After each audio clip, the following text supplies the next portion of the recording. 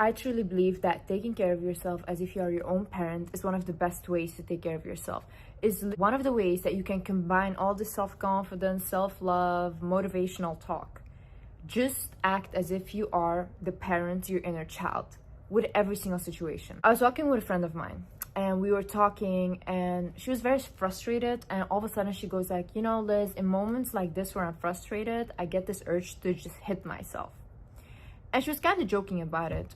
And I looked at her and I said, would you hit your child if you were frustrated? And then she goes like, no, are you crazy? I would never do such thing. That's crazy, blah, blah. And I said, so why would you do that to your inner child? Because if you're doing that to yourself, you're doing that to your inner child and you're neglecting yourself. You're being a bad parent to yourself. And then she was like, wow, I never really looked at anything that way. And I said, you should start doing that, because in that way you can show up for yourself in the best way possible. In this video, I will explain to you how you can do the same exact thing and in what kind of situations this can really save you. Let's get into it. First things first thing is creating a routine for yourself. What do all children have in common? They have routines. A child wakes up, goes to school, comes home, has homework, nighttime routine. And it's very disciplined because most parents will not allow their children to just do whatever they want during the day. Now, when we step into adolescence, we don't have a routine anymore unless we create it for ourselves. Now, if you're thinking about being a parent to yourself, then you would think, okay, if I had a child, that child would have a routine and that child would have to follow the routine in order for that child to achieve whatever they want and to develop in the best way they can. So apply that to yourself. What does my morning routine look like? What are my goals for today? What are my goals for the week? And then start doing these things. When you do something consistently in a routine based, it will form into a habit. So your body will do it without you even thinking about it. The same way you guys probably have a routine of going onto your phone in the morning, just looking at your phone and scrolling all day. That is routine for you now. But you can change that routine into something else. Into, for example, you wake up, you meditate for 30 minutes. If you just do it consistently, your mind will adapt to the fact that you're a person who meditates in the morning now. So every successful person that I know, and myself included, we all have routines, because if you're striving towards goals, routines can really structurize your day, and it takes away a lot of these excess thoughts and whatever. Like, I even eat the same foods because I don't want to think about food and all these things. That needs to go out of the way so I can focus on my work and on my goals and whatever I want to create. Next thing is caring about your inner and outer appearance. See, if you had a child, you wouldn't let your child willingly go outside with dirty clothes, smelly, not showered, not brushing teeth. You wouldn't do that, because then you're a neglectful parent. If you're thinking like that to yourself, why are you letting yourself walk out like that? Why? You know? It's all about, you need to look like you care about yourself and like you respect yourself. That means that caring about the way you look and making sure that you present yourself in a way that other people will in turn also respect you. Because I know that everyone wants to talk about, oh, we should only care about personality, this and that. Yeah, but when someone first looks at you, your first impression, we don't see the personality, we see what you look like. You know, looking put together is a form of self-respect. Caring about what you put in your body is a form of self-respect.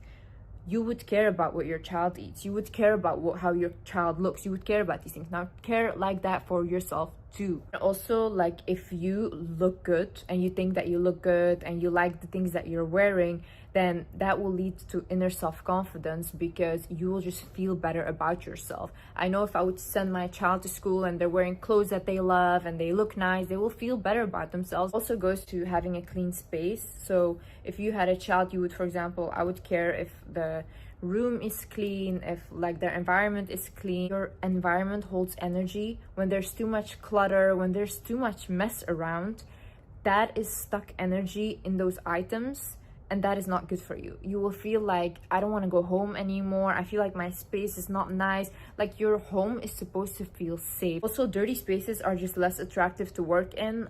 If you need to focus and there's clutter all everywhere, your mind will be cluttered. So make sure that your space or whatever you're working in is clean, because you would do that for your child if you care about your child. I think it's neglectful to let children just grow up in dirty spaces and not care about their environment. Another thing is going outside. Now, this is actually something that I realized about myself.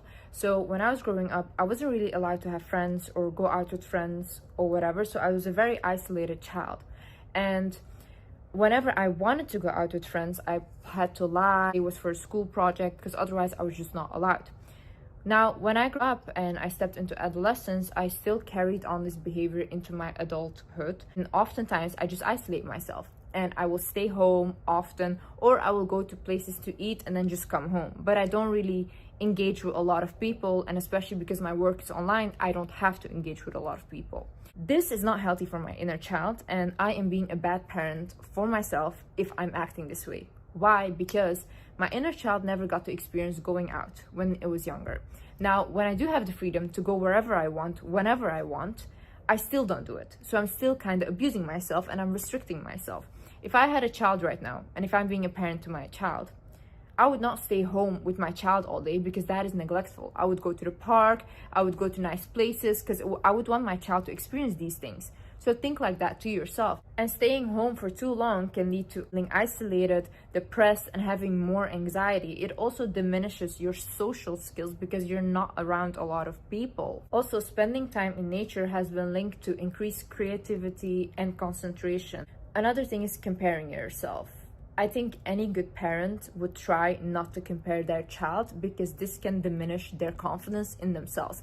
This helps no one. This creates unnecessary competitiveness, and this puts the other person on a pedestal when they should never be on that pedestal. You should just think like, oh wow, I'm happy they're doing great, I'm doing great as well, or I can be as good if not better.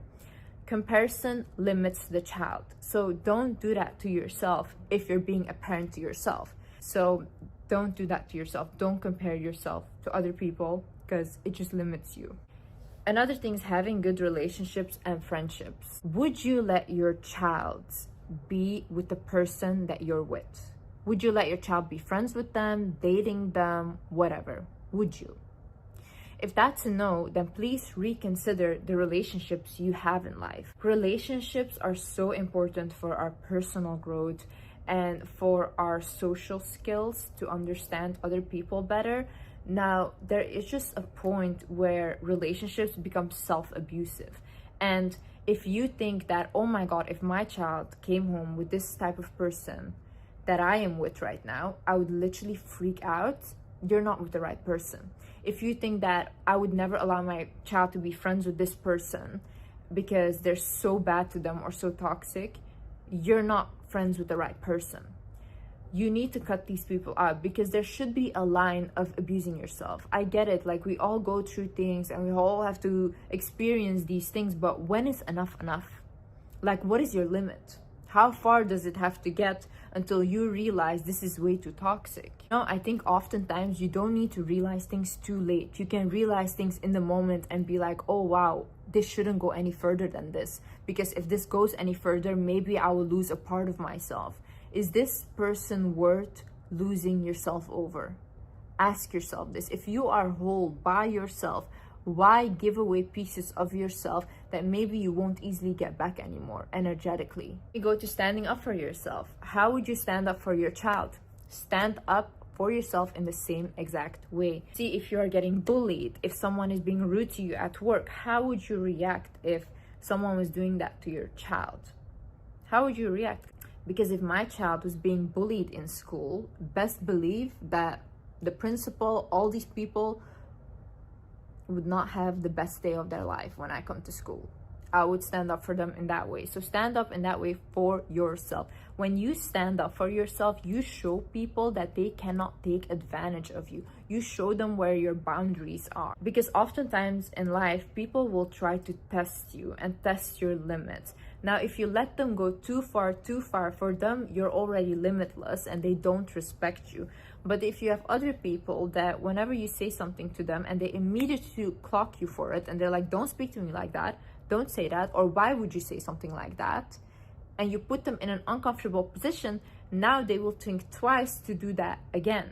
They won't. But imagine you're already in a position now where you have let things slide too much and you think like, oh my God, how do I establish boundaries now? You still can do that. You can literally start from today and be like, this is the last time you will talk to me like that. And whenever they do talk to you like that, you put in the action. See, this is the issue. Most of us, we just talk. We just say things, I'm gonna do this, and you threaten, but you never actually do anything. Put in the action, not the words anymore. So whenever someone says this something disrespectful for you, okay, I'm gone, bye, and you leave. Unless there's full remorse, you do not go there again. Because these people have not respected you in the past, they will not respect you again. You show people how they treat you. They treat you exactly how you show them that they're allowed to treat you. Another thing is positive self-talk. Positive self-talk can boost your self-confidence, and it can signal to your brain that you think that you're worthy of hearing nice and kind words. It also signals to your brain that you are worthy of receiving respect. So in this case, you will also be much more likely to receive respect from others and be okay with that. You see, if you were a parent to your child and to your inner child, you would speak kindly to your child, right? Like, I would tell my child, it's smart, it's beautiful, it's the most amazing thing I've seen in the world. And I would really boost them up like that. Now you have to do the same thing for yourself as well. If you notice people that are not able to talk kindly to themselves, they're also not able to receive things from others. They're very awkward with nice words or compliments, or they try to avoid it as much as they can. Now this leads to a lack of self-confidence, because a confident person is able to receive compliments and say thank you so much. That's it. Now someone that is not that confident will dismiss them and say, oh no, I'm not that great, oh no, this is not. No, you don't want your child to be like that, right? When they get a compliment from, let's say, the teacher, and they say, no, teacher, I'm not that smart. No, I want my child to be like, thank you so much. So the positive self-talk will combat your negative self-talk, because our brain tends to be negative first. So what you have to do is reverse it. You can train your brain, hypnotize it actually, into believing something else. For example, I used to always say the affirmation, God wants me to win. God wants me to succeed. I swear I believe this 100%, and my life is literally like this now, like magical almost, because I genuinely believe that anything that happens in my life is for my greater good. I think that if it doesn't happen in the way that I want, God has a better plan for me, and if it happens, then I think, yay, God wants me to succeed, like God is rooting for me. That's truly what I believe. So because I wired my brain like that, I have situations that act like that. God is protecting me and God wants me to win. Now my life looks like that. And one last thing is, forgive yourself. Imagine you had a child right now and the child had made a mistake. Would you hold your child to that mistake for the rest of their lives and you'd be like, oh my God, remember when you did this? No, you wouldn't. If your child showed remorse and then they understand why it's wrong and they don't do it again, then you would want them to move on, right? Do the same thing for yourself. Also, one thing that I did recently is I put a picture of my younger self on the background of my phone. And anytime I'm pressuring myself or I'm being hard on myself, I just look at that picture and I look into my eyes and I start to feel so bad for myself. Like, truly. I think it's a really good way to hold yourself accountable and to look at yourself and remember that whatever you're doing to your inner child. So think about any situation like that so you can make better decisions. Anyways, guys, I hope this video helped some of you guys. I love you guys so much.